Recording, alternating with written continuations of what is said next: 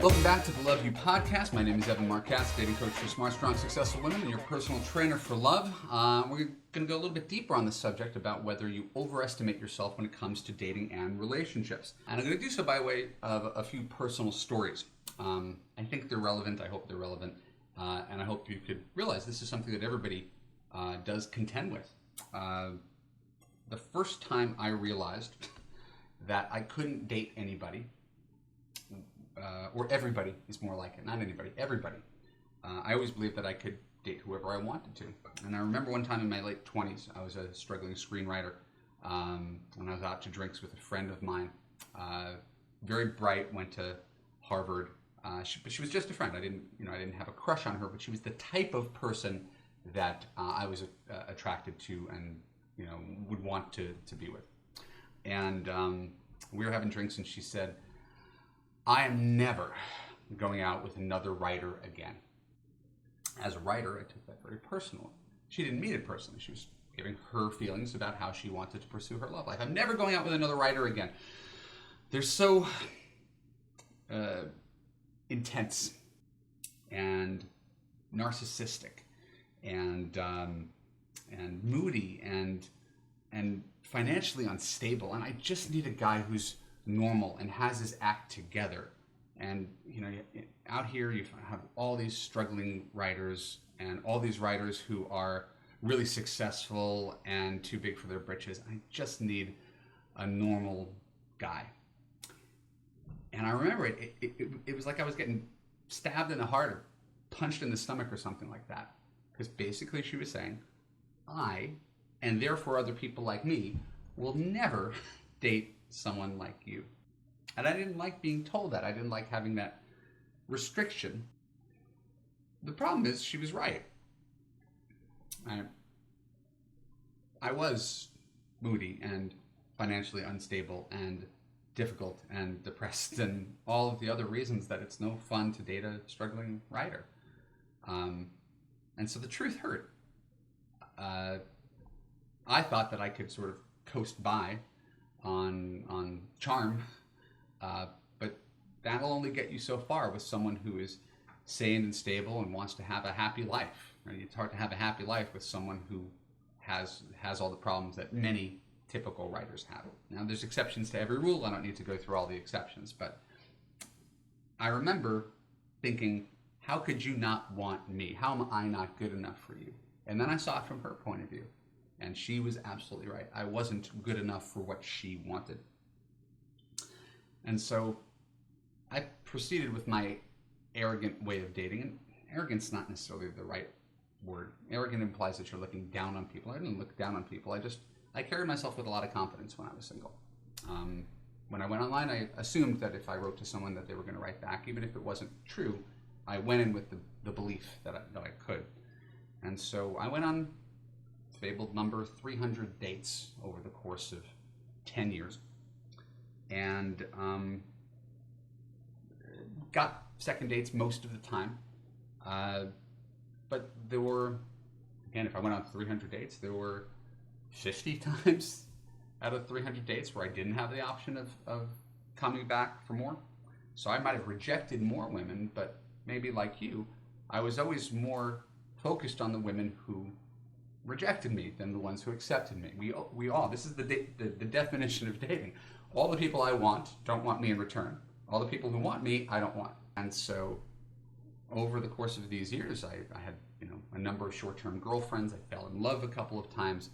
And at the end of the day, I was 34. I had this long storied career, writing, coaching, writing articles for Match.com's Happen magazine. I remember writing one called "Last Single Guy Standing," and that's the way I felt. Right? I was soon to be the old guy in the club, the guy who couldn't put it together, the guy who thought he was so great that he was left standing alone because nobody was good enough for him, except for the people, of course, who dumped me.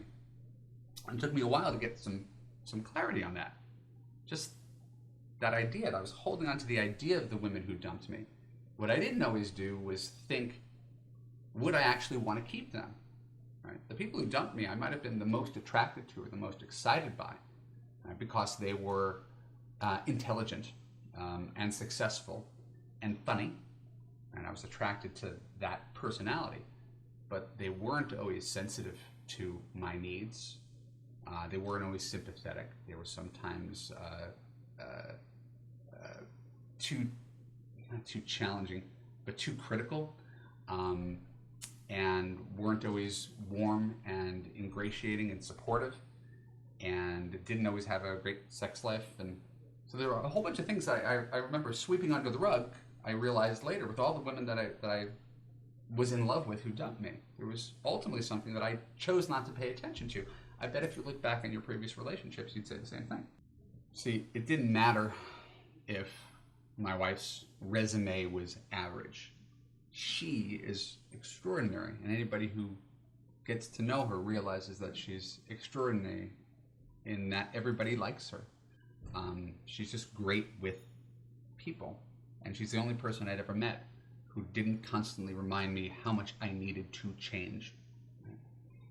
That was a value that I didn't even know I had when I was dating. I just want someone to accept me the way I was. Because while I'm flawed, like we're all flawed, I didn't want to spend my life walking on eggshells and wondering what was wrong with me and apologizing and walking things back. Dating is humbling for everybody, but done right, it's a window into your soul. It's a really great opportunity for you to temper your own ego, right, based on reality. Reality is how people respond to you. Do people respond to you when you write to them online? Do people respond to you on a first date? Do people want to get into a relationship? Do people want to stay in a relationship with you? And if not, why? It's not simply blaming the other person, even though the other person's probably flawed. But I always thought I deserved someone who was just like me. And as a coach for women, that's a phrase I've heard a lot. Here's what I deserve. I'm not settling. Settling is not going out with the guy who makes less money than you. Settling is not going out with the guy who's a little shorter than the guy that you think is the optimal guy. Settling is being in a relationship with someone who doesn't get you, doesn't listen to you, doesn't take care of you, doesn't stand by you. That's settling. By choosing someone like my wife over the Lori Gottliebs of the world, and again, I'm not trying to throw Lori under the bus. She's a smart, strong, successful woman. She's a friend, but she's also close to 50 and still single, right? By way of example. Love is about tolerance for each other's differences and flaws, and having the ability to work together as a team to get past all the little bumps in the road when two people with opinions build a life together. The beauty of my relationship and happy relationships, I'm just one guy, but I like to think that I have the kind of relationship that most people want. It's a fun, easy, supportive relationship that I never doubt we're going to be together forever until one of us passes. That's, to me, the highest state of being that you can have, is to have one person in your corner. And if you're looking for someone who's just like you, but without your flaws, you're going to spend a really long time looking. All right, so this is what I mean by overestimating oneself. It's not that you're not a great catch, per se, but you're not a great catch because you're pretty, and you're not a great catch because you're educated, and you're not a great catch because you have money. Right? People are great catches because they're good relationship partners, men and women alike. Right? That's not gender specific. Right? So once you start to realize what makes you a good partner, what really makes you a great catch is, how well do I get along with others? How well do I compromise? Right? How warm and accepting and tolerant am I? How much am I really bringing to the table as a relationship partner? Because looks and money really only go so far. You want to start with someone like I did, who ignores your flaws, sees you at your best, and tolerates you at your worst, and stands by you no matter what. You have that, you can have everything you've ever been looking for and more. And so I want you to realize that there's nothing, no one's telling you to settle. I'm telling you to sort of pivot on what you're valuing and how you value yourself. Your guy could be a 10 on paper, but if your relationship is a 3, it's not much of a relationship. Contrast that with someone who might be a 7, forgive the crude numerical terms. But you find someone who's a 7 on paper, but your relationship is a 10, now you're getting somewhere.